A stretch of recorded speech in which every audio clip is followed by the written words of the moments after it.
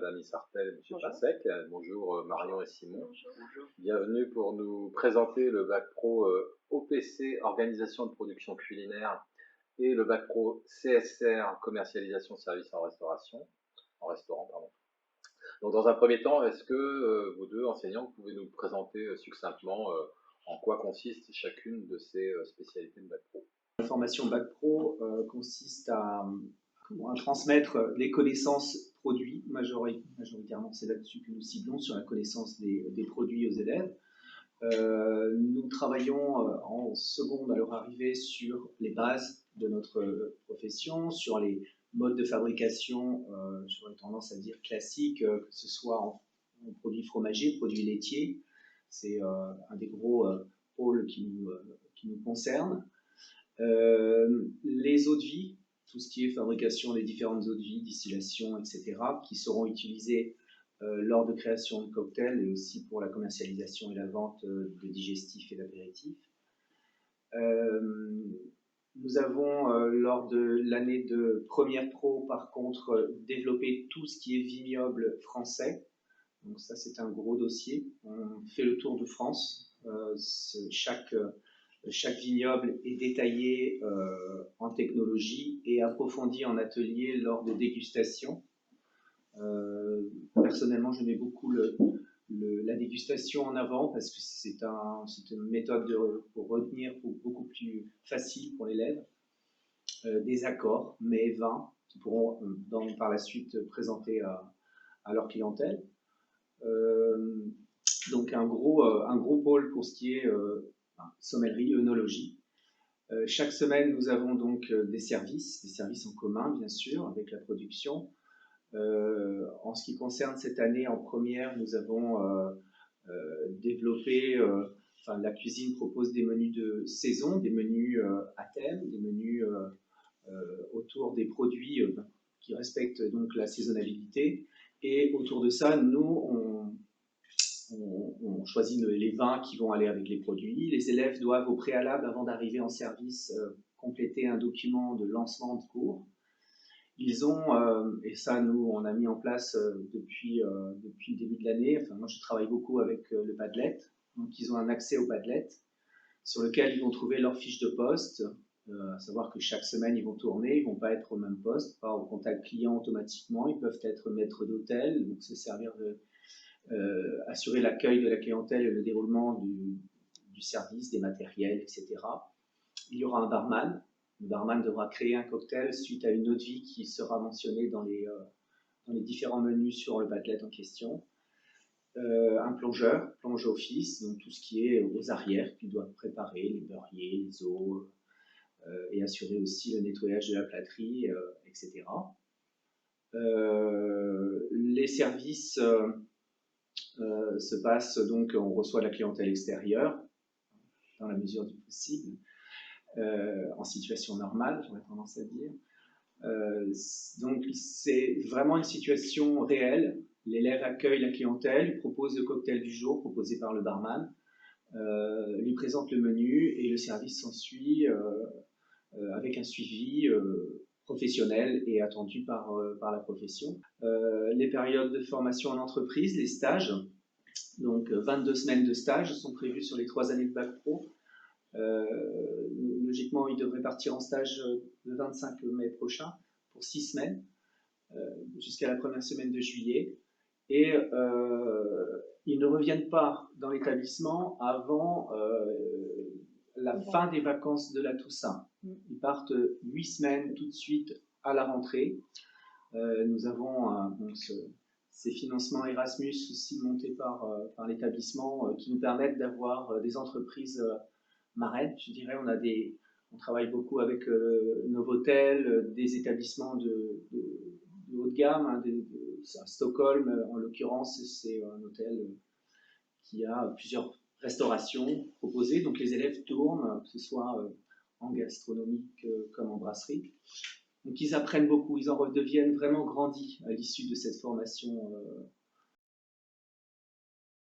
Alors, bac professionnel cuisine, donc pareil, c'est sur 3 années. Donc là, avec la réforme, le bac professionnel ne s'appelle plus, la première année de seconde s'appelle désormais seconde MHR, métier de l'hôtellerie-restauration. Donc les élèves ont la bivalence, c'est-à-dire qu'ils sont et en salle et en cuisine. Donc, et ça leur permet de faire un choix un peu plus posé pour l'année d'après. On s'est aperçu que chaque année, souvent on a des jeunes qui commencent en seconde par exemple cuisine, et puis finalement on a un exemple cette année qui était en seconde en cuisine, et cette année il a demandé à passer en service par exemple. Donc voilà, donc la réforme de ce côté-là est plutôt bien pensée d'après moi, parce que moi les jeunes voient les deux, et souvent ça amène certains des vocations. Parce qu'il y en a, ils étaient plus partis pour la cuisine, puis finalement ils font du service, ou inversement. En seconde, étant donné avec la bivalence maintenant en cuisine, on voit vraiment tout ce qui est base de la cuisine. Donc la première chose, utiliser un couteau, la tenue professionnelle, les règles d'hygiène dans une cuisine, la tenue à avoir en cuisine, utiliser un couteau, faire les premiers taillages. Et puis et la base, les bases de pâtisserie, le minimum à savoir en tant que cuisinier. C'est pas un cuisinier doit également savoir faire de la pâtisserie, donc on leur apprend les bases de la pâtisserie. Ensuite, donc en première année, ils sont en cuisine, ils travaillent seuls. Il faut déjà qu'ils apprennent à se gérer seuls. Donc ils travaillent sur ils ont des services aussi qui sont le midi. Vu l'âge, on peut pas avoir des services du soir parce que c'est compliqué. Il y a des règles à respecter. Ils peuvent pas finir après 20h, et le soir finir avant 20h, c'est compliqué. Donc en seconde, ils font que des services du midi. Ils ont un service client. Donc en début d'année, c'est plutôt des élèves qu'on a, parce que bon, ils débutent. Donc forcément, vaut mieux qu'ils fassent des erreurs avec les élèves plutôt qu'avec des clients extérieurs.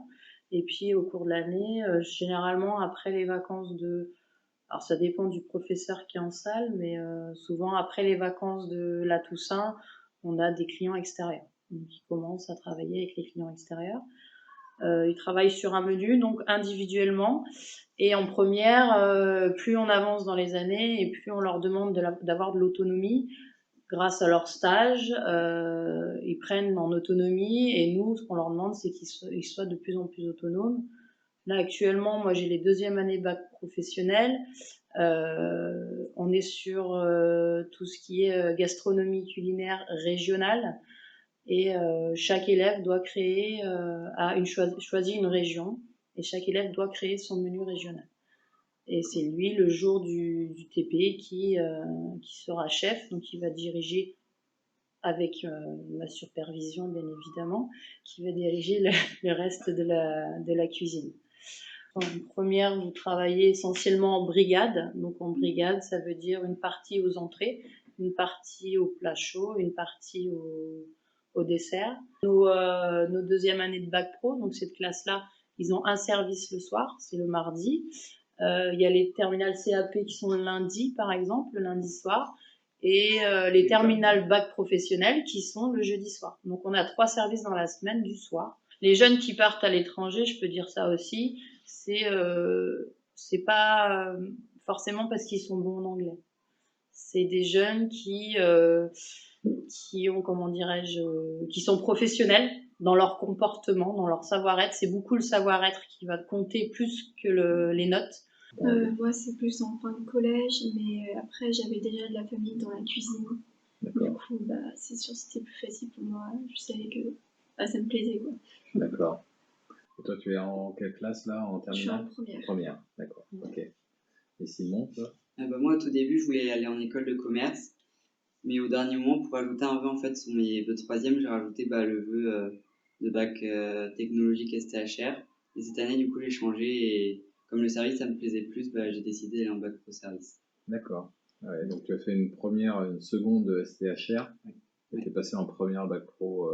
Ça, c'est possible, c'est une passerelle. C'est une de passerelle. Ouais. D'accord. Ok.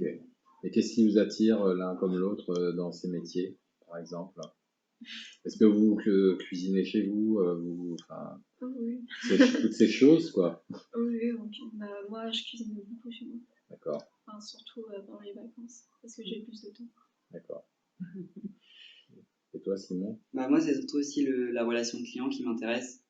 Et en plus, du coup, cette année, j'ai découvert plus le bar et ça m'intéresse beaucoup le bar.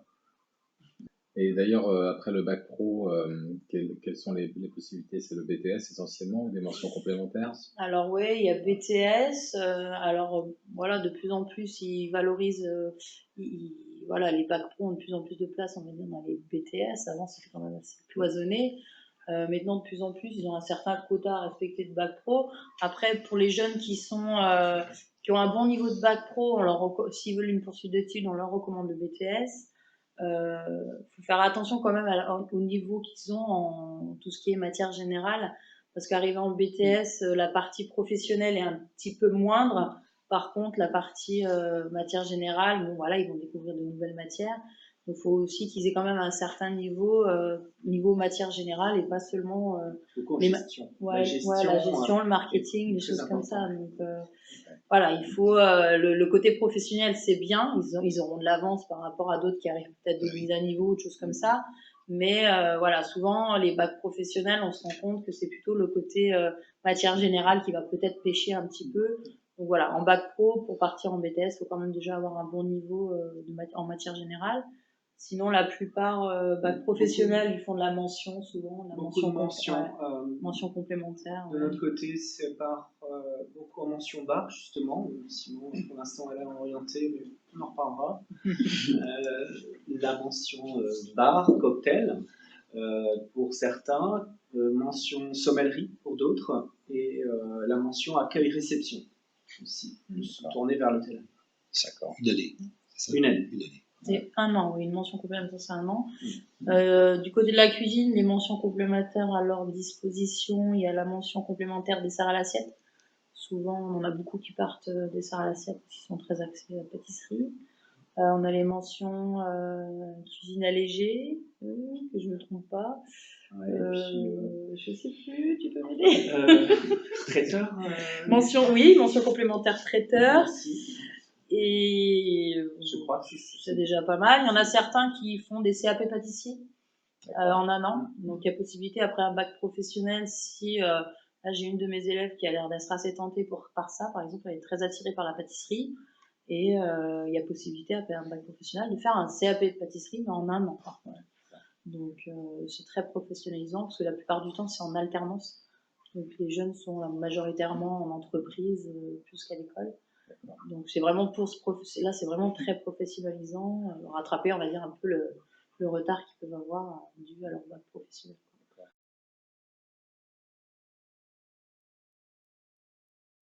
Je pense faire un BTS. Lequel alors? Cuisine. Ouais. Et moi du coup un BTS aussi, hôtellerie et restauration. D'accord.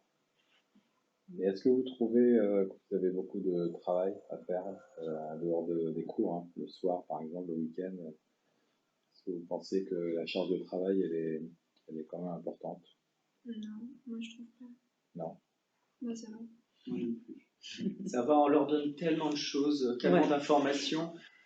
C'est les préparations des services, les fins d'un vignoble, il va falloir bien sûr les relire parce qu'une évaluation en découle. Mais on n'en fait pas des sommeliers, par exemple. Non. Ça va être des généralités, localiser le vignoble, les principaux cépages. C'est beaucoup de choses déjà. Oui, ils ont déjà beaucoup de choses. C'est bien qu'ils disent ça parce que moi je trouve que déjà on leur donne pas mal de choses. Nous, la partie professionnelle, on leur occupe pas mal de temps quand même, parce que moi quand ils doivent créer des menus, des fiches techniques, ça prend du temps. Plus toutes les autres matières, hein, bien évidemment, il n'y a pas que notre partie pro. C'est bien que vous disiez ça, tant mieux. Enfin, si vous avez ce ressenti-là, c'est bien. Oui, moi, je trouvais que c'était quand même assez. Ils ont des semaines assez intenses. Et à côté, il y a des semaines où il y a pas mal de devoirs, d'évaluations, choses comme ça. Donc, qu'ils aient ce ressenti-là, je trouve ça bien. Parce que moi, justement, j'aurais pensé qu'ils allaient dire plutôt l'inverse. On met en application les compétences du professeur de matière générale, mathématiques par exemple, et français. On va travailler sur des bons de livraison, sur des inventaires. Tout est en relation, donc comme ça leur parle.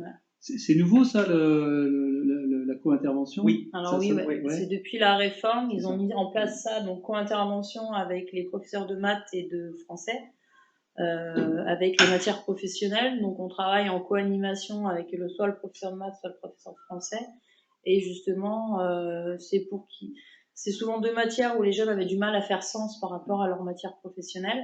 Et c'est pour ça qu'ils les ont réunis, je pense, pour arriver à... Il faut qu'on arrive à trouver des choses communes entre les maths et le français et la matière professionnelle pour justement arriver à faire sens aux yeux des jeunes. Avec cette réforme, il y a eu la mise en place du chef-d'œuvre. Le chef-d'œuvre, c'est un projet professionnel, c'est quand même à l'initiative des matières professionnelles la plupart du temps, parce qu'il faut forcément que ça soit dans leur filière, quoi, enfin, que ça soit en service ou en cuisine. Donc c'est à l'initiative des matières professionnelles, c'est un projet qui peut durer alors dans les textes c'est sur les 2 années, donc c'est à partir de la première, pas en seconde, non. À partir de la première. Et dans les textes, normalement, c'est sur les 2 années. C'est avéré que c'est un peu complexe de tenir les jeunes sur 2 ans pour un projet qui aura une finalité au bout de 2 ans. Déjà là, on voit une année scolaire, c'est déjà dur encore de les ramener avec nous. Donc nous, on a fait le choix de faire ça sur une année scolaire. Le principe, c'est que plusieurs professeurs interviennent. Donc nous, les professeurs pratiques, c'est nous qui avons la plus grosse partie. Et on a également cette année les professeurs de sciences appliquées, le professeur d'anglais, professeur d'art appliqué et le professeur de gestion. Et ce chef-d'œuvre, l'année prochaine en terminale, il y en aura un deuxième, et ça fait l'objet d'une note pour le bac.